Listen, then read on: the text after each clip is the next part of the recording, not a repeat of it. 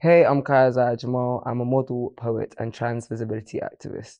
Hello, my name is Zorawar Waraich. I'm a non-binary Punjabi model, content creator, and photographer, and I currently work at British Vogue looking after their social video.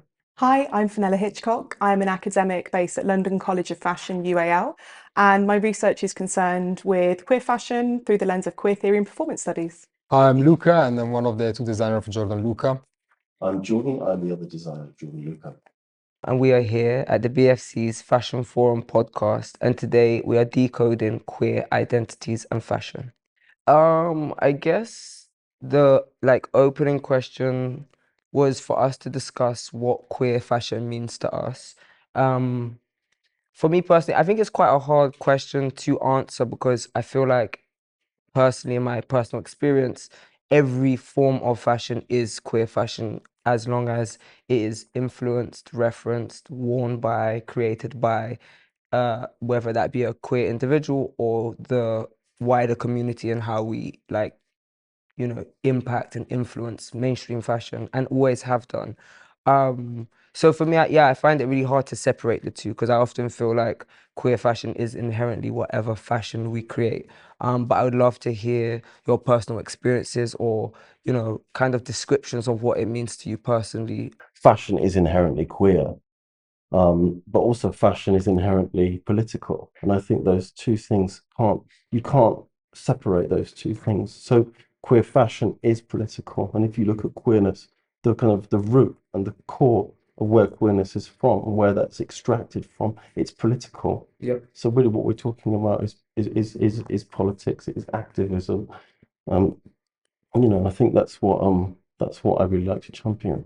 Just secondary to that, do you feel like as queer designers, there is maybe more of an expectation on you to be a voice? Because I often have this conversation, especially where we all fall within this intersection of activists as well, and activism, and being politically engaged. And I remember for ages, one day I said I don't want to be called an activist anymore because actually I don't think I named myself one. I think I have been named one, and I think, well, if I was a cisgendered straight guy, would every walk I have to do, or would every moment that I'm visible have to be this act of, whether it's resistance, rebellion, creating a point? Do you feel like there's more expectation on us to do that? Or do you feel like it's something, and do you feel like that is something that we should take on? Or do you think that is something that also, there can be a space outside of It's a good being... question. I think, like you don't label yourself. We don't necessarily label ourselves as queer designers, but I mean that is the outcome of just being queer. I don't set about being a queer designer, and I don't have the intention to be queer. Of course, there are things that I choose. I mean, there are things that we choose to be queer coded, but in fact, we're not really. We're just by nature, by definition, we're a queer brand. But I wouldn't really call myself a queer designer. But then again, the outcome and the output of JORDANLUCA particularly is that it's queer, and that we need to celebrate. And absolutely we do. We need to celebrate. We need to bring people together. Fashion is about bringing people together ultimately. And how do you feel, Luca, about that? I think it's very interesting to see how people label us, like Jordan said, this kind of queer brand, because when we start a collection and when we work on a collection, we were quite binary in the way that we work. We really want to work with what hyper masculinity is and what hyper femininity is, and we really work on the shape of the body and kind of really giving some attention to the feature of what masculine means and what feminine is. But then I don't know.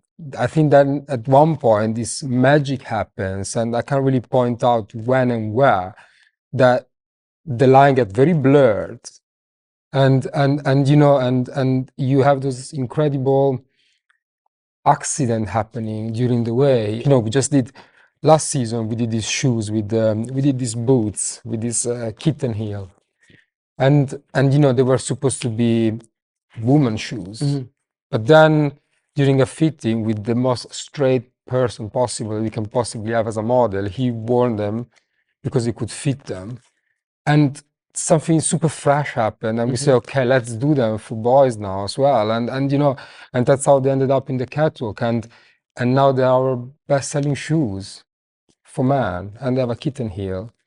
But that, And- I and- guess, and is a that- testimony to what you're saying as well, which is that by being inherently queer people, there is a lens or nuance that you bring to things that, you know, in certain rooms, someone would not even allow him to put that shoe on and be like, no, there we go, there's the line draw. Absolutely. And I guess the queerness that we embody allows us to think outside of, you know, even though you do think in a binary way, it's that moment where you think, actually, fuck the binary. Okay, fuck the binary. So I was just like, there's this magic that is that, and that I think only comes through if you are of certain lived experience. So I guess, yeah, it's a testimony to say that no, we aren't queer designers, but yes, our queerness does impact the choices that we make. Absolutely. There are absolutely every collection is about how we feel as people. So we are queer people, and therefore this comes out in some way or another. And you know, and then something that it's always present in our collection is sex. You know, for us, sex is very important. Yeah. And our clothes, I always say to Jordan, our clothes, I want to make our people looking sexy, but not sexy in a sexy way. I want people that wear JORDANLUCA that get laid. You know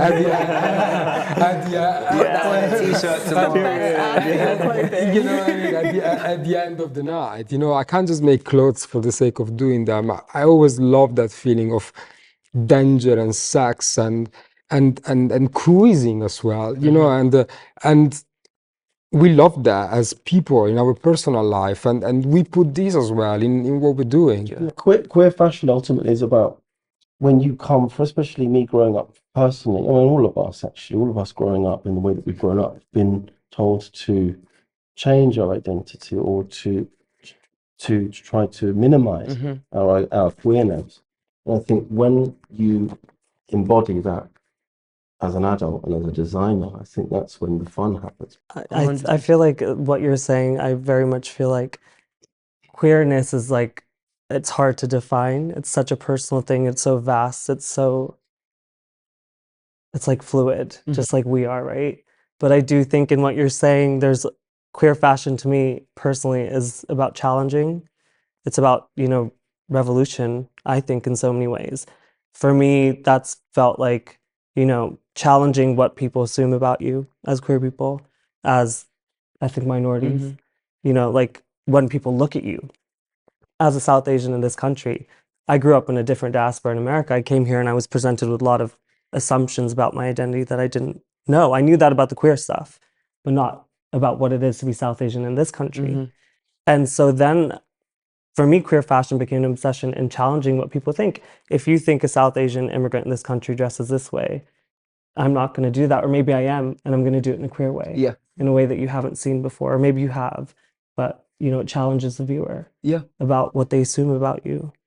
And I think those challenges are so important. I remember I got into this state, and I always felt like I wasn't queer enough, I wasn't trans enough, and I was like, I dress like a 16-year-old boy that grew up in Croydon most of the time, and I'm very happy about that because, you know, that is the lived experience, not a cisgendered boy, but whatever. So there was this element of me being really fearful because I'd go to queer spaces or queer clubs and I'd be like, I look like the straight kid. Like, I'm not expansive enough. I'm not this. And I realized that I really understood the intersection also of race, and I understood that like whiteness allows certain things, and I was watching all of these non-binary, you know, online activists dress in a certain way, and I was really feeling like on the outside of it, and I was constantly like, why don't I feel like I can fit into this? And I realized that a lot of it was my safety, is like, I need to get from A to B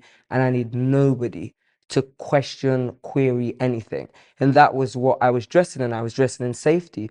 But on top of that, I was also dressing queer enough, because if my body is inside this grey tech tracksuit, then the grey tech tracksuit, let me not ruin the man then, but then it becomes something else, you know, it does become a queer garment because it's on my body, and I really, really struggled with that. And I think there's a lot of like logic that I wanted to put to it. And I guess that's where like also like the academia of reading on queerness and researching on queerness allowed me to understand that, especially for trans people, a lot of the time people aren't dressing for the club, they're dressing for the streets before that. And this is where I really wanted to get into, I guess, like the political element of literature and research and photos and documentation, because also I never saw someone dressed like me who was a trans guy or non-binary person, and how that completely like kind of like discoursed me into thinking that it was wrong. Yeah. I mean, there's like an amazing body of literature and queer theory, which is like great and amazing. And there's lots of people, myself included, who like you find yourself in that acknowledgement the same way that you find yourself, in that book, or like in someone you see on the street or in a fashion photograph. It's that like possibility that's presented to you. And I think the thing about fashion is it doesn't have to be like that person is like the identity that I have. It's just that they open up like a way of seeing something, or something that you could be moving towards in some way. I think it's also, I mean, I'd listen to you all read the phone book. This is so fascinating for me. But there's something that like you're bringing forward here, talking about like the burden of representation. And then there's points here where you're saying about, we're just doing our thing. Like it's going to come from that position because that's the position that we articulate our practice from, right? Like it is queer, it's our lives. It's the references that we're bringing, that's it. And then you're also bringing that this is something that's kind of inherently political and oppositional, particularly in the current climate that we're existing in, like right here, right now in the UK. That's something really urgent. I think for me, like the thing that I learned through like study was to think about queer as a verb and not a noun, so that it really is something that one does, and that also opens it up, and for me helped me to think about the expansiveness of queerness. I really hate the way that queer fashion can be labeled as a sort of taxonomy that fixes it. Like you can't, by nature, queer resists definition. It challenges those binary ways of thinking. And I also love, so you mentioned like time recently and this idea of like a projection into a future, which is possibility. So, I think about queerness, absolutely, queerness is about sex, 100%, of course, it's about sexuality. But queerness, I think, can also be about a particular relation to time, a particular relation to history, how you experience that as a queer person. That's not going to be the same as someone who is adhering to a heteronormative timeline of what your life should be like. So you're kind of already out of step, like out of time. But also queer thinking can help with, I think, like all of the most urgent things about fashion, right? Yes, about issues of representation, but even things like, well, if you're thinking beyond a binary, for me, that gives solutions to things like climate emergency. Like there is so much that you can do with this. And yeah, like thinking about it on that kind of feeling and like affective level, like what does queerness like draw us towards, or what does it kind of move us away from?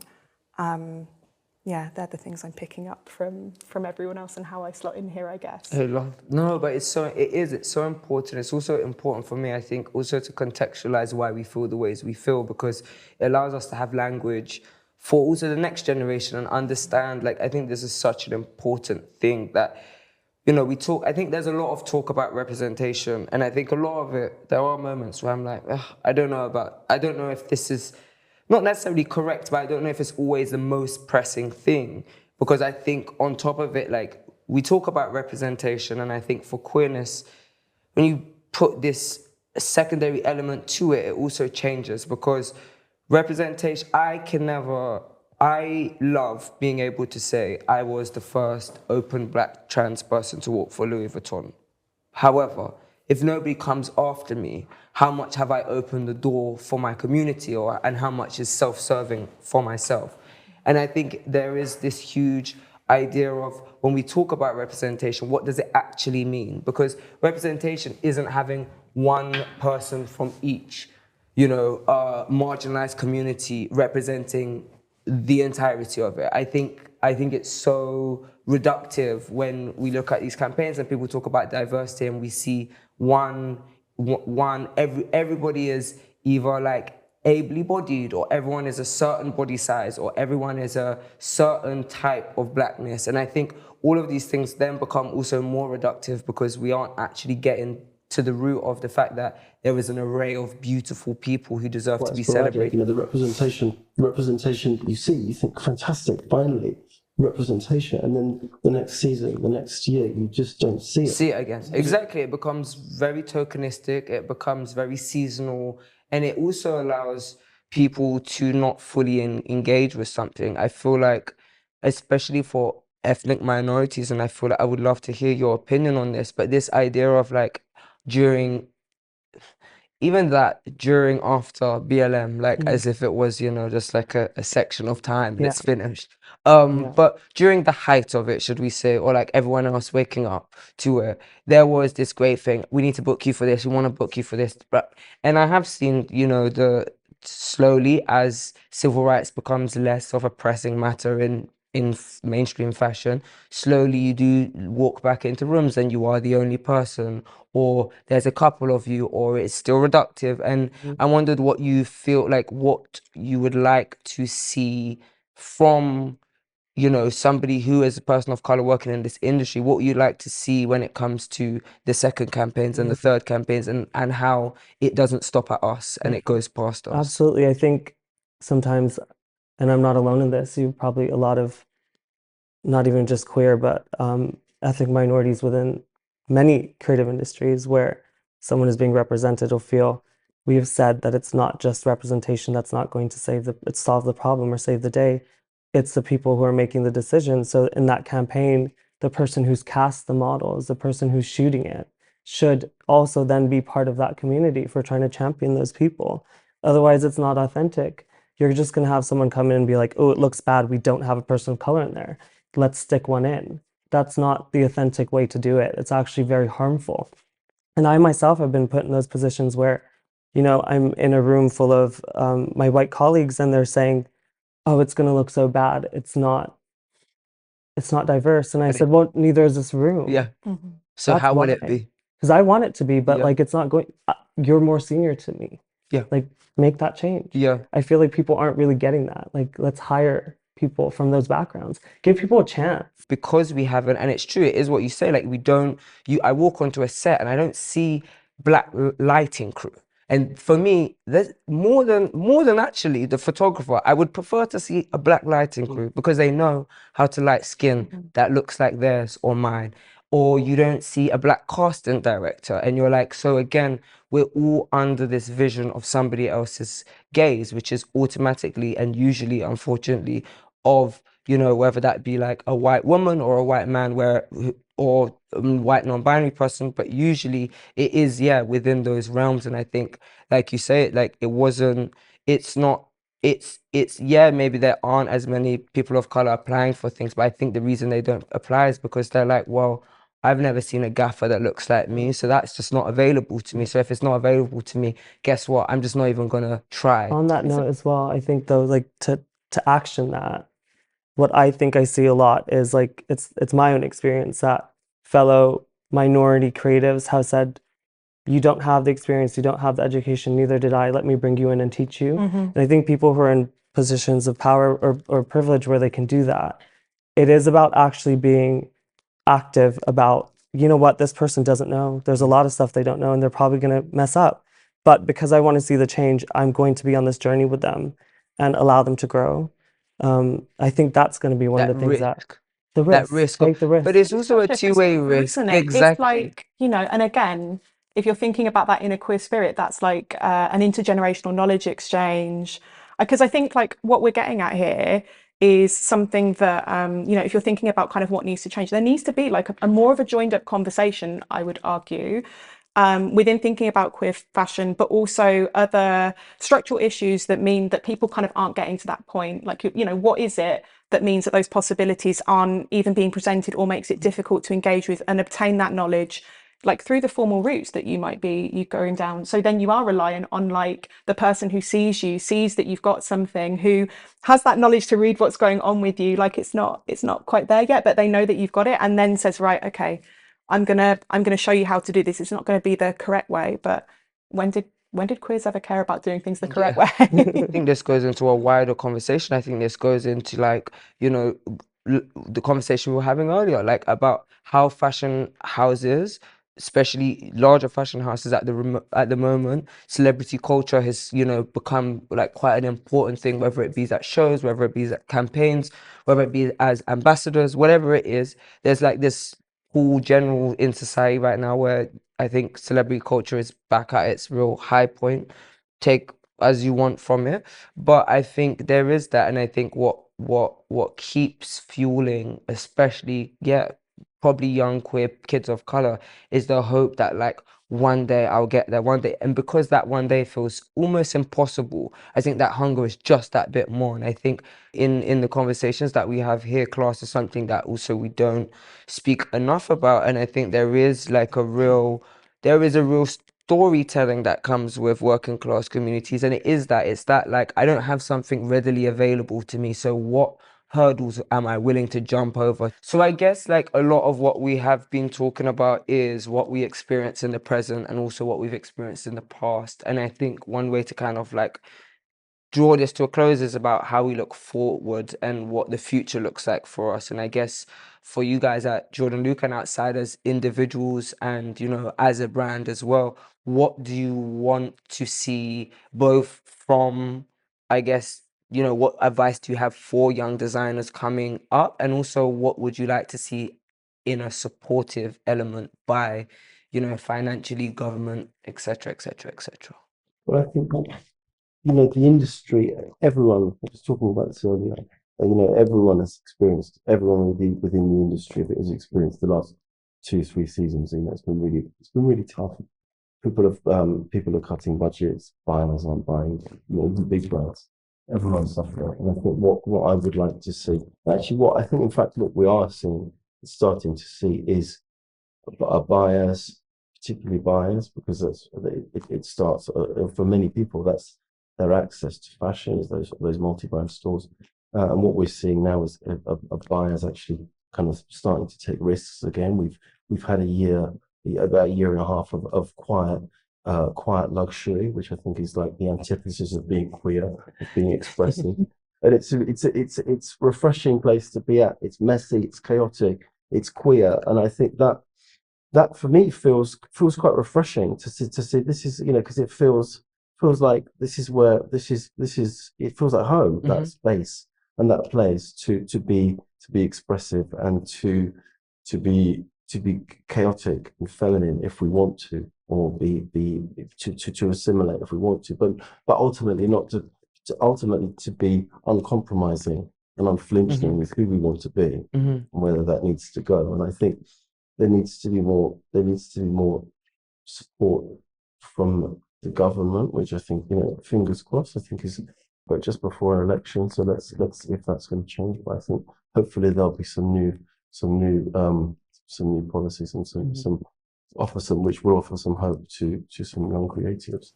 And, you know, and be very sincere. And I think for me is the most important thing, is the most advice that I can give. Sincerity. Because you know,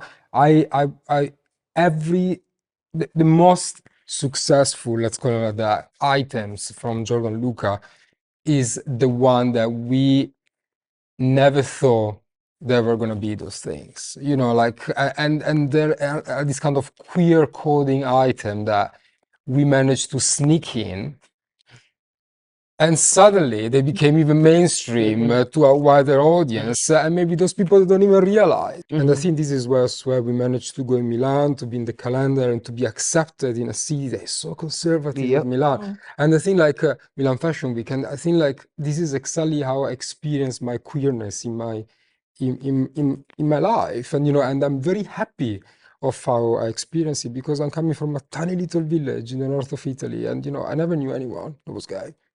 My the only person gay that my parents knew was me.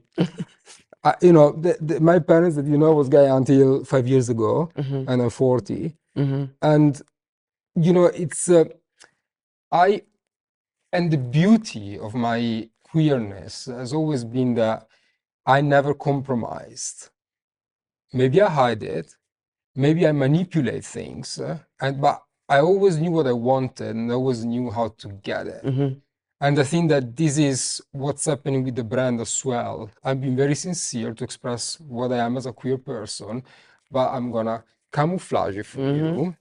so you don't really see it, and I give you a product that has got a wider approach to people. You know, we did those cruising t-shirts. Our bestseller is we do cruising maps for every city that we do a collaboration. There's a cruising map with all the spots at the back. That's the bestseller t-shirt that we have. But it's a cruising map. Exactly. You know, we did the triple elasticated boxer that we're doing. You know, we went to Lonsdale and we said, you know, you're a very queer brand. And they were like, really? We're a boxing brand? Yeah, you think that. The two go hand in hand. Yeah. But you know, it's like we did this underwear because it was a fetish. You know, was this idea that hot this underwear, and you have one, you don't have one, you have two, you have three, you have more, you want to see more. And how do I gonna sell it to you? In a sandwich box. Eat them. Yeah. You know what I mean? It's like there is all these things, and look what happened recently with the peace jeans. All this drama with all these peace jeans, of course, started from a fetish perspective. You know, there was an incredible article on Vice about this peace culture and water sports and stuff like that. And you know, and we managed to bring that element into such a wider audience that now there are these kind of collectible pieces that we have stupid offer for stupid money to have those pair of jeans, which actually these jeans. And I think it's so good that we managed to get something so kinky into such a big thing. And you know, everything that we do, the most successful thing are coming from this queer experience of. But this is exactly, and this is I guess this is like the proof of it. What we're saying is exactly that. Is that when you know queer experiences influence fashion, there are these moments where it isn't specific to our community. It's actually about our community, which is what our community does constantly, which is actually expands the minds of other people. And that is really like something that we constantly do. And I think like going past that and also thinking about how we, you know, expand the idea of queerness. And I think I often talk about this. I always say like us trans boys, we don't exist anywhere, because so much of when we speak about transness, so much is about trans women, which also, of course, I completely understand why this is the case, and I'm always at the forefront of those conversations. However, there are moments where I'm like, well, I suddenly disappear into fashion because there isn't the gaze that can be put onto trans women that can always be put onto trans men, and you suddenly have this sort of gap. And if we look further into like expanding the idea of what queer visuals and what queer fashion looks like, I would love for you to maybe share some thoughts on how you think we get there, and what are the next steps that we've got so far, and how do we go further than that? I mean, you made that beautiful point about like hopefulness, and I think hopefulness is distinct from optimism as well. Like it may not be perfect, but we've got to have the hope that it could be. I mean, just even thinking about an underrepresentation of like queer women within fashion, you know, how that's bound up in, I think, stereotypes that queer women have no interest in fashion or unfashionable, which anyone who's met a queer woman knows is completely untrue and not grounded in facts. And I think the thing is, people are actually there making this work, right? There are amazing designers who are centering transmasculine experience in really, really exciting ways. And it's built like literally into how those garments are made. Like it is literally sewn into the fabric of that. I think it's more of a question of like, why are these people not present in particular spaces? Like they exist, which is taking us back round to where we were. And also, I think if people are maybe having to decline things, thinking about, okay, well, structurally, how can we change? What agency do we have in order to make sure that those people are getting particular kinds of support? Or, you know, when an amazing creative director job comes up, how are we scaffolding that support like from dot? That means that we're going to see bigger sort of shifts. And, you know, change is sometimes incremental. I think it's really, really frustrating with those of us who might be ready for something a bit more radical. There's also maybe a lot to be said for looking, I know we've kind of focused a lot on like the tensions of dealing with a mainstream context, but a lot of this stuff that's happening like outside of that mainstream, or people who've got one foot in both, because that's how they're making it work, to sort of look to them and think about how are things being how are they being done here? And what can we sort of learn from those structures, while also giving like fair credit to this is where these ways of doing things, these aesthetics, these ways of remunerating people like for their knowledge, for their labor, for their creativity and all the beauty that they bring. How can we do that? Because otherwise people just shut off, don't they? Exactly. And they don't engage. And I guess trying to I saw something the other day and it was like 2024 is lesbian renaissance, which I have said this for the last 5 years, just saying, but you know, it's now coined as this, and there is this tension, I think, in queer communities, specifically in lesbian communities, where suddenly the idea of being butch or androgynous is being pushed as this like sexy, you know, a red lip. We've always seen it, a red lip, a shirt on, like a suit, a slightly masculine pose, and automatically, bam, we've got androgyny, done. But I do feel like we've got to a place now where we also have some incredible queer femme or women who are doing incredible things that trying to like play with the notion of that, and non-binary people, you know, you have such powerful imagery coming, but there is still this like tokenistic element to it, which is like right now it feels like a trend, and it's like I want to know what happens past that trend, and if this butch identity is something that's being pushed, how we also look back into the community and say, you know, what is this rooted in? Who were those on the forefronts of, you know, the AIDS epidemic, who were dressed like this, who were also brutally beaten, who, you know, butchers often suffer in lesbian communities the worst physical and violent attacks, because we are the epitome of a visualization of what they don't like. And I think, I hope that this isn't just a fad, and that this is something that actually expands more into queer women having representation in mainstream fashion. I think it's about, it's interesting, you know, we've talked a lot about visibility.